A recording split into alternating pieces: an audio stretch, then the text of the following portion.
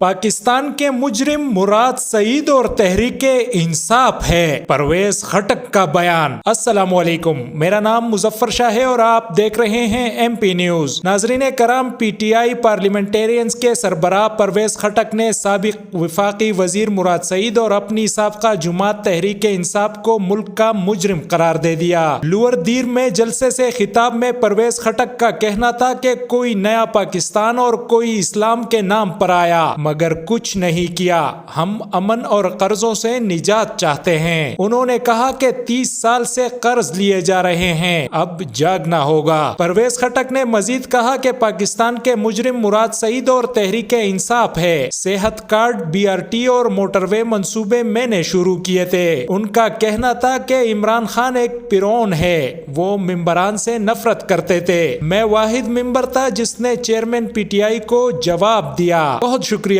مزید خبروں اور اپڈیٹس کے لیے سبسکرائب کریں M P news. M P news Swat سمیت ملکی اور غیر ملکی خبریں آپ تک پہنچائے سب سے پہلے۔